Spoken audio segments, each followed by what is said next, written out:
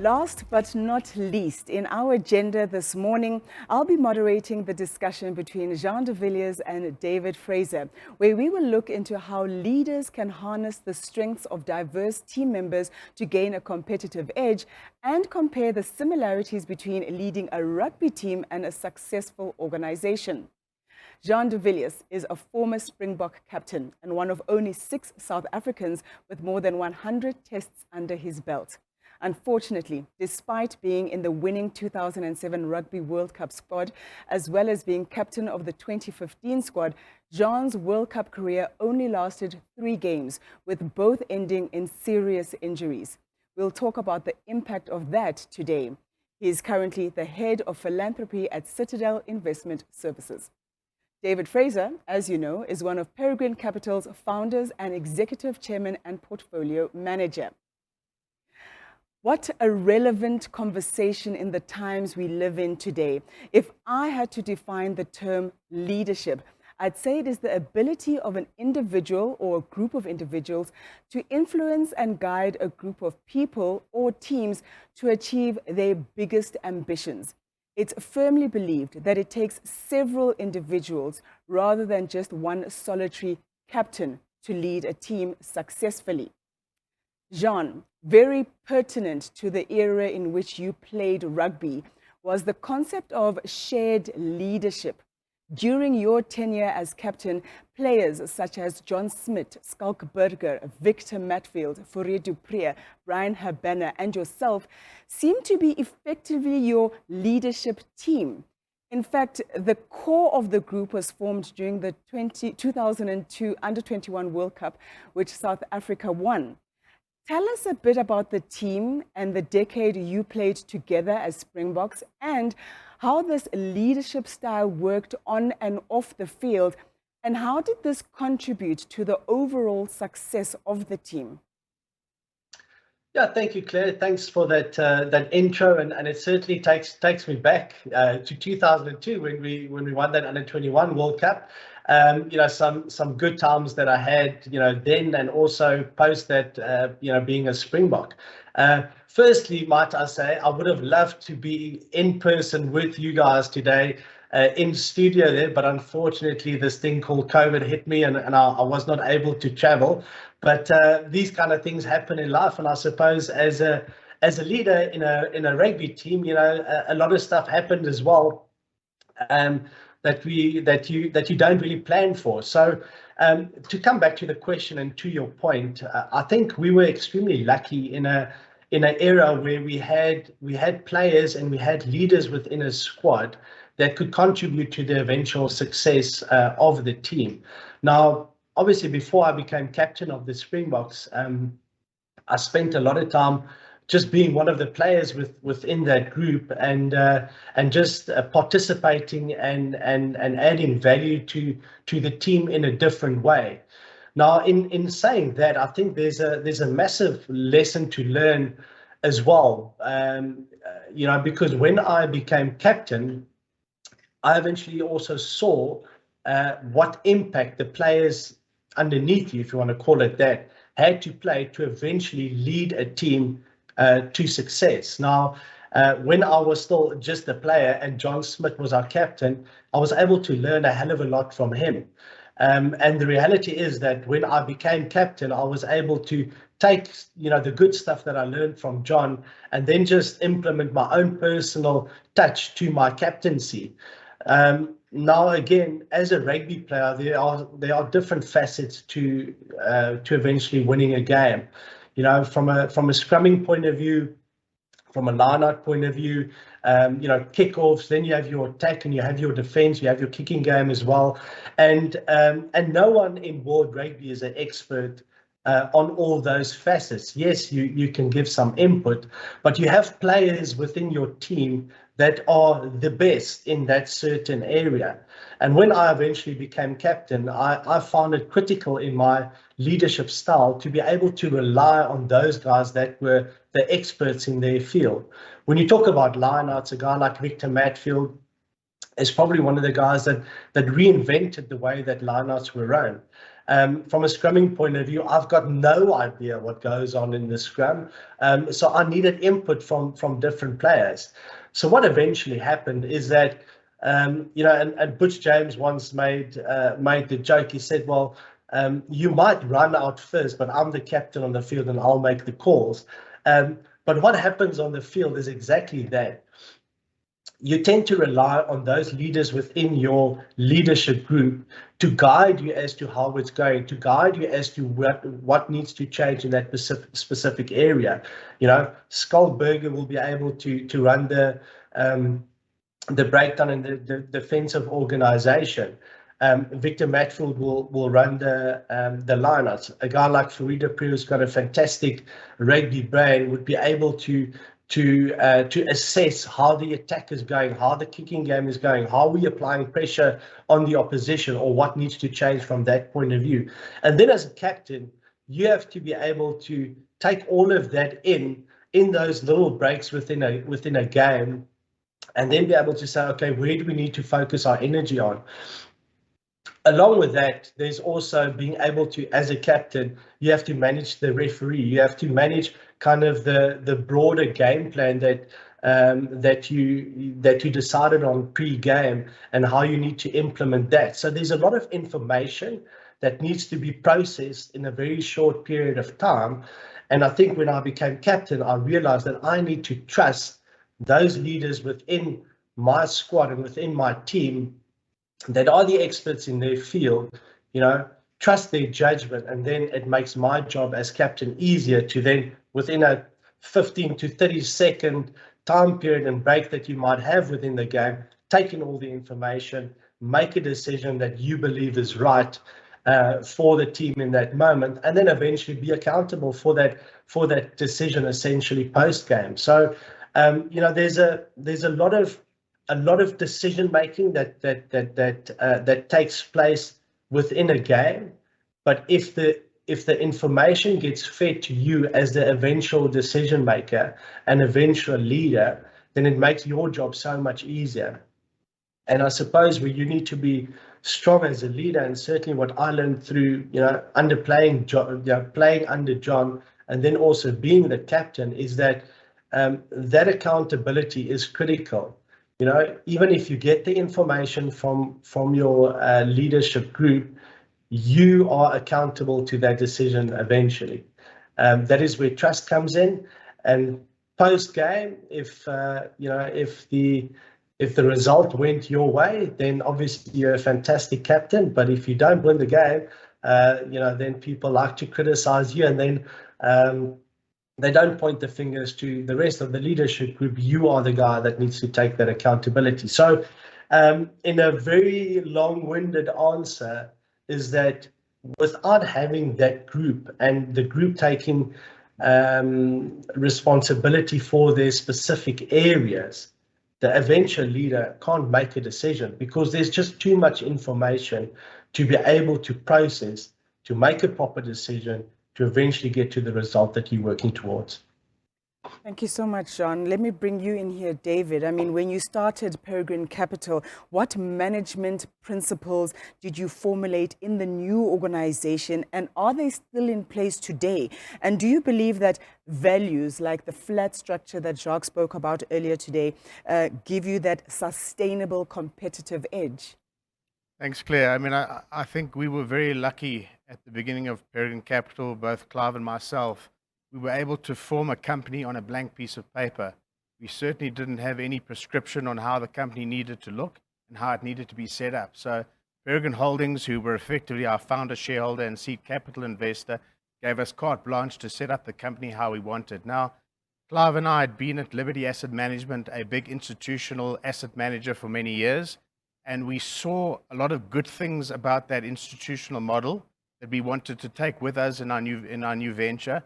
But there was also a lot of downside with that model. In fact, towards the latter years, we were becoming increasingly frustrated, particularly around the speed of decision making that in an organization like that. Now, we're going back to the sort of late 90s, where I guess markets probably didn't move as quickly as they move now. but we certainly at that point in time had a wonderful base of really good investment analysts that came up with really good ideas. But the structure within that organization was that any idea had to go through almost committee after committee, be interrogated to its nth degree. And by the time it came out of these committees, the idea was kind of a shadow of its former self, or the share price had already moved. So it was that sort of bureaucracy and hierarchy that we really wanted to take out of Peregrine Capital as a business.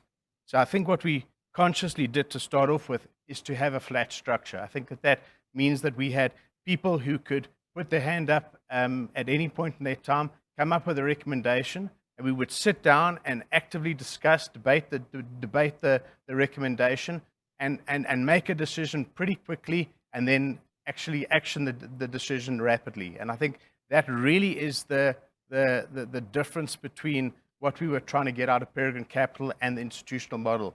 What we took out of the institutional model was the disciplined research process. We enjoyed the discipline, the fact that every company was well researched, that investors' money was important. It wasn't to be flippant with. We had to do the hard work on analysis of companies. And I think that's something that we brought over with us to Peregrine Capital, but just with a wonderful flat management structure. And I think when we started off, we consciously had an open plan office. I think we've been in 3 buildings since we started. We continue to have an open plan office. Everybody's got the same size desk. We literally sit almost randomly. Whoever's the next guy in gets the desk moved up. So it is a situation where our junior analysts and people who start the organization are encouraged. They're encouraged to listen to the debates of the senior team when we're talking about shares. And they're also encouraged to contribute to that debate. So I really feel it's been one of the major points of our success. As Jean alluded to, I think you've got pods of excellence that you cannot be an expert in every single pod. You have to rely on these people to do the hard work, to do all the work necessary, and you at the top there to just assimilate that information and give them some guidance and assistance in sort of decision making. So certainly from our perspective, it really has been a differentiator between us and many other asset managers, and something that it was instilled literally from day one of our business, and something we would very much like to see continue into eternity. I think it is a model that has worked. It's worked through various different markets and various different scenarios. So it is a model that has stood the test of time, and is a model that certainly I would defend in Peregrine Capital. I'm sure you can both attest to the fact that leadership is especially tested when things start going wrong. Jean, was there a time or an incident that you can recall where it seemed all doom and gloom and the team was 18 points down in the first quarter? How did you, as the team captain, manage to turn the situation around, and what valuable lessons did you learn from that? Claire, I actually know. It always went well, always went smoothly, never had a bad day. I'm sure David can attest to it as well. They've always had positive returns every single year. No, look, that's, that is life. Is that, it won't always go smoothly. And there are so many similarities between the sport and specifically rugby in my case and business, and I was listening to David speaking now as well, and talking about having an open plan office and being able for the younger analysts or junior analysts being able to listen to the conversation of maybe the founders and more senior management, and that kind of transfer of expertise and whatever, that is so important, and in rugby it's very much the same. And coming back to your question, is actually relevant as well, because yes, we've had plenty of times where where we were behind, where we were trailing, and we weren't able to come back. Doesn't matter didn't matter what you said, what you did, the team just couldn't get back. And sometimes it is just being able to say, well, okay, we gave it our all, but the opposition, they were better. They were better on the day. And other times, you say the right words, you are able to get that flame going again. The team seem to lift themselves, above their ability really, and then they win the game, or you win the game. So I've got two examples actually, and the one is when I was actually playing for the Stormers, and we played up in Pretoria in Super Rugby, and I was captain at the time, and we were going through a period where we actually struggled to beat the Bulls up in Pretoria in Super Rugby, and we went there with a team that we had so many injuries. This time around, I was not injured, which might be a surprise to a lot of people to hear that. But I wasn't injured. I was captaining the team, and we selected a couple of players that actually came from club rugby, not even contracted professional rugby players, guys that we had to pull from club rugby. And the night before the game, I got the team to sit down, and we kind of took the Stormers rugby jersey, and it went around in a circle. And all I asked him was just to say, what does this jersey mean to you? And each guy kind of shared a bit of his story, where he came from, and what the jersey meant to him. And a lot of people shared and saying, well, okay, it's to do this and to do that. And then the one guy, and he was actually one of those that kind of got pulled up, or he was kind of hanging on the thread to be able to get a contract again. And he was saying that he is literally playing to be able to feed his family and his parents, and to keep living, to not to sound too dramatic. And it was quite an emotional conversation that we had. And the following day, we went into that game. We were behind at halftime, and we just had a stern talk and just said to each other, let's live and let's play in the way that we felt that emotion the night before. Let's play for each other. We turned around and we won that game. And it was an exceptional performance, not because we won the game, but because no one gave us a chance. And for once, we were able to just play on emotion, and by doing that, get a result. Now that's that can never be a sustainable model, but it worked because we cared about each other so much. So that's the one to remember. The other one, and maybe more relevant to the question, is a test match we played in Mbombela against Scotland in 2013. It was actually Siya Kolisi's debut game for the Springboks, and I was captain of the Boks at that stage.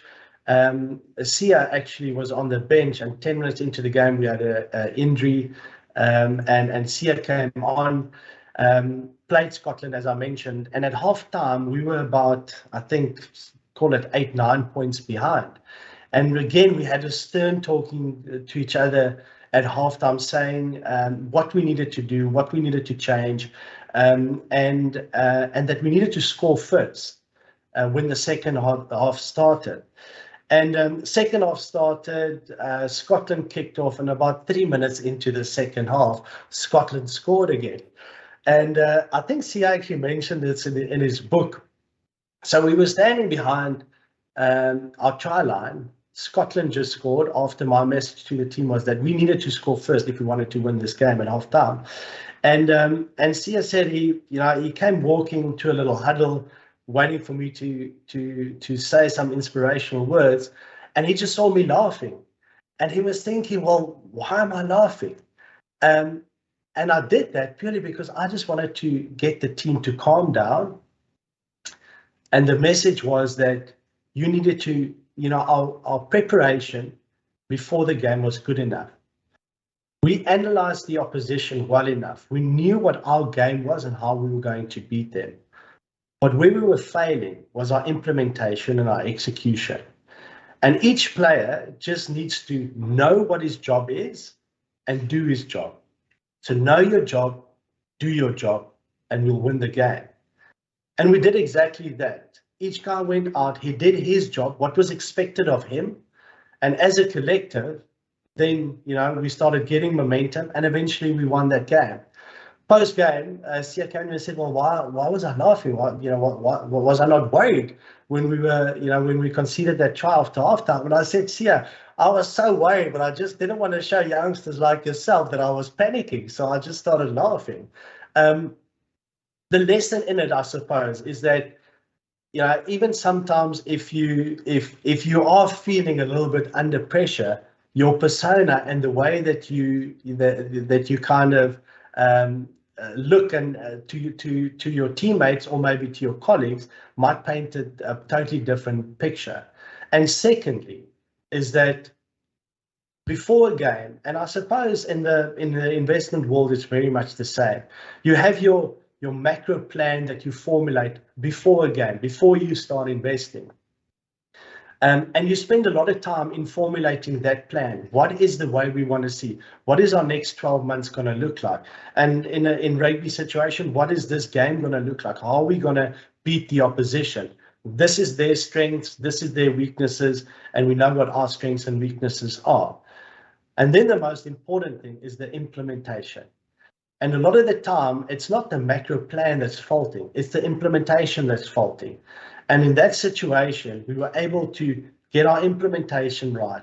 Each player knew his job, they executed their job better, and eventually we got that result. And I think that is one of the biggest learnings for me throughout my career, is that yes, sometimes your planning is wrong as well, okay? But that doesn't get changed in game, when you have to execute.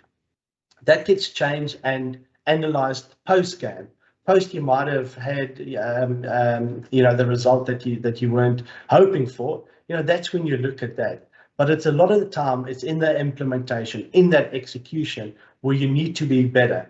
A lot of people always say, well, if plan A doesn't work in the game, where's your plan B? In my experience, it's usually just being able to implement and execute plan A better, rather than reverting to a plan that you might not have planned for actually in your macro planning. So those two examples, when it's going bad, and I suppose the big learning is know your job, do your job. Usually when everybody does that and you get it right, then usually you do get success and you get the result you're hoping for. Perhaps a similar question to you, David. Can you reflect on what the Peregrine Capital team does when a specific position starts going wrong in the portfolio? What actions or interventions does the leadership team take? Yeah, I think history has told us that when a position starts to go wrong, rapid intervention is the best sort of antidote. So what we do is the person who owns the position, or who recommended the position, we then ask them for reasons. They need to look at why the position is drawn down, and what can they come up with reasons for it. Perhaps a stockbroker may have downgraded the recommendation or downgraded their earnings. Perhaps there's one specific big seller in the market that's depressing the price. But we then ask the analyst to go back and look at whatever he can to try and understand and try and explain to us why the position is initially gone against them. Now, often it can just be bad timing. We bought at the wrong time, and I think maybe Jean will attest to timing being the intercept king. I mean, it's only a sort of millisecond between 7 points under the post and missing your tackle on your opposite number and being 7 points the other way. So yeah, David, I mean, you bring in the intercept now, and I can definitely attest to that. But it's and I suppose in a way the same as with you. And sorry to interrupt you. It's mitigating risk as well when it comes to intercepts. That's the way I find it always. You try and take away all the options that the ball carrier might have. And then you go for that intercept. But sometimes you get it wrong. You don't see an option that he has. You get it wrong and you concede 7 points. So if you as the interceptor is wanting to take that risk, just see how much risk you can stomach and go for it. But also understanding that if you get it wrong, and believe me, I got it wrong a lot of the times, the knives will be in for you.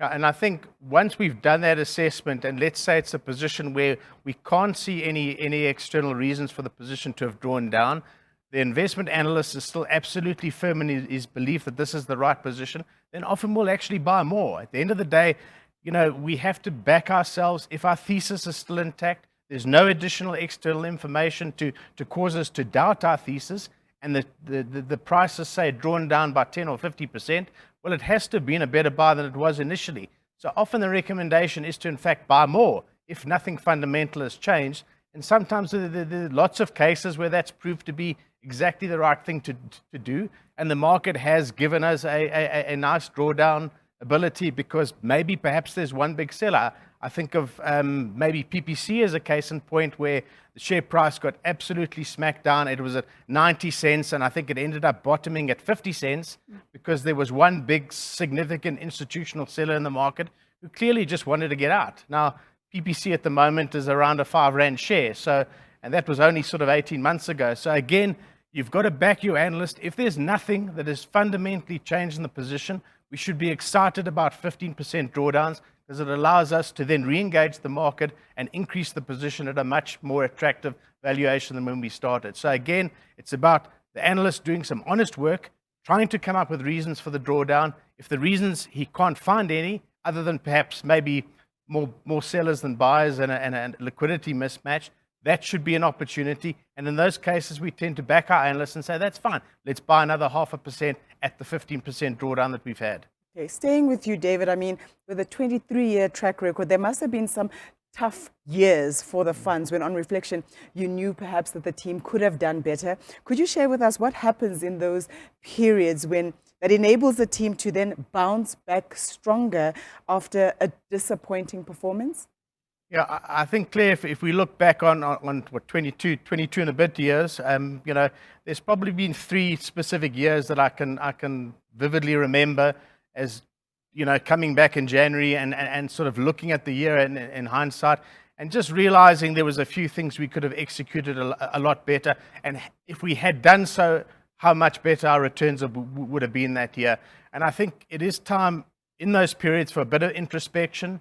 I think when we first started Peregrine Capital, one of our core philosophies was to guard against, arrogance and complacency. And I do think after you've had a few good years, there's no doubt that complacency does slip into the team. And I think that often these are indications where you can sit down with the team, analyze what went wrong, analyze what we should have done better. I often call it a sort of tightening up of the bolts. Just things are a little bit looser. Execution or discipline perhaps has slipped a little bit. And I think these are good times for reflection. They're good times to, as I would say, tighten up the bolts again. And ironically, after bad years, we generally seem to have a few good years tagged together, which is hopefully quite exciting for the future. So just by getting people around and analyzing what mistakes we've made, why we made them, what we could have done to avoid them, is just a real sort of introspection, being brutally honest with everyone. We have an attribution. Everybody knows where the returns came from or didn't come from, and people taking accountability for perhaps balls that they had dropped or things that they'd missed. And I think tightening up just the discipline for the next period, I think gets people motivated and generally leads to a far better result in the next couple of years. Now, the theme for today is learning from 2 decades at the coalface. This is for both of you, but I'll start with you, Jean. What have been some of your rugby lessons that you can share with the audience today? And Jean, I guess now is a good time to eventually talk about your horrific injuries and the impact that had on you as a leader. If you could perhaps share.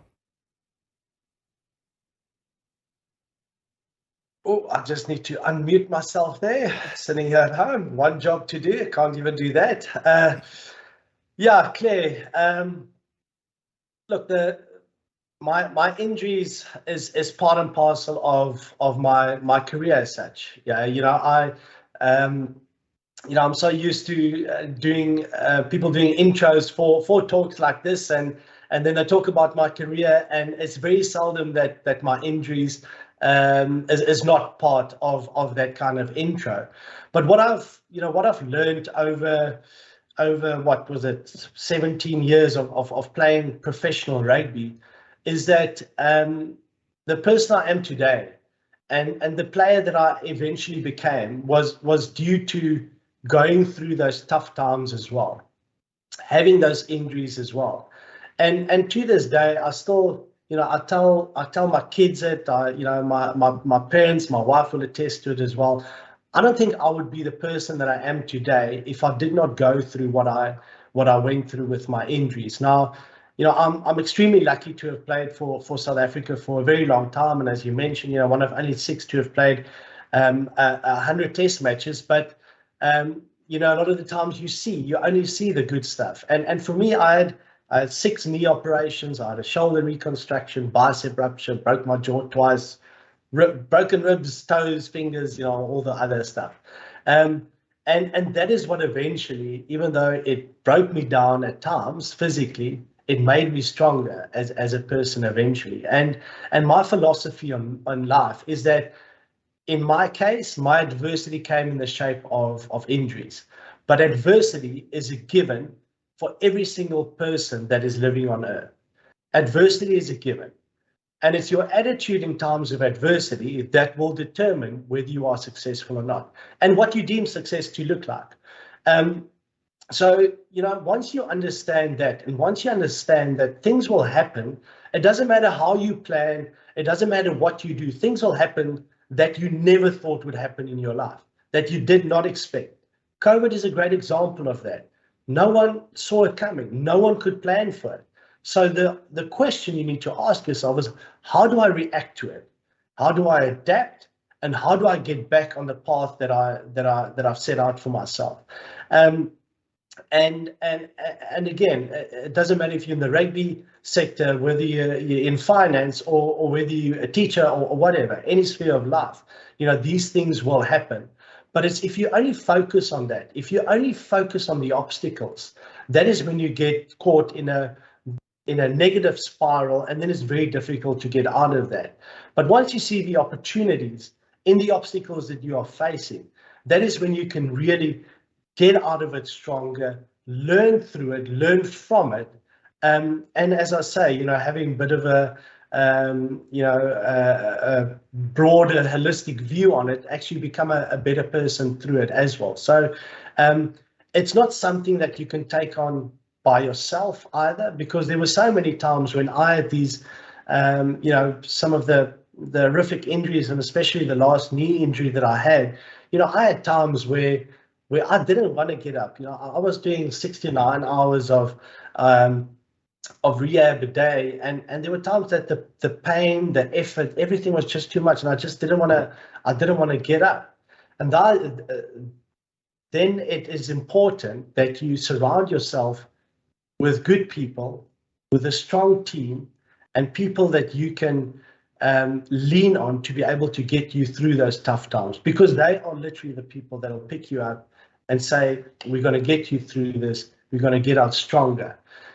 And then when you eventually get to a situation where you've reached your goal, or where you finished a financial year or calendar year, whatever, and you can reflect back on the last 12 months and see where you were 12 months ago to where you are now, going through that journey is just unbelievable. And I think that is really the things that keeps you motivated, that keeps you going, is to see what you've done, a mountain that you thought you'd never be able to climb, and eventually you got over it. And when you got over it, you didn't even notice that you did it. But when you reflect and you see what you've done, that's the beauty of it. And really the special thing about life that I've learned through rugby. And I mean, to you as well, David, I think people would love to hear over the last 2 decades, what have been some of your business lessons that you'd want people to leave here with? What are your takeaways that you'd want people to remember? Yeah, I mean, I think similar to rugby, investing is a contact sport. I've always said that. At the end of the day, unfortunately, one realization that you make very early in your investment career is you just are not going to get everything right. Nobody does, and to think you can is naivety. At the end of the day, it is a contact sport. There are mistakes made, but when mistakes are made, there's lessons to be learned. So I really feel that the abrasiveness of investment management is something that does toughen you up a lot. You don't always get used to it, but I think almost as Jean said, you have to expect the unexpected. And I think the unexpected generally comes when you're starting to feel a little bit too comfortable. You feel comfortable, then something hits you from left field that you really didn't see coming. So I think you always need to be vigilant. You need to be aware of things. You need to be active, and sometimes maybe just not take yourself so seriously. I mean, I think what we try and do in Peregrine Capital as well is create a pleasant environment for employees to work in. I think that's important as well. People spend a lot of time at work, and they must love coming to work. I certainly do. I think it's a situation where, we come to work and we don't know what sort of information is going to hit the wires.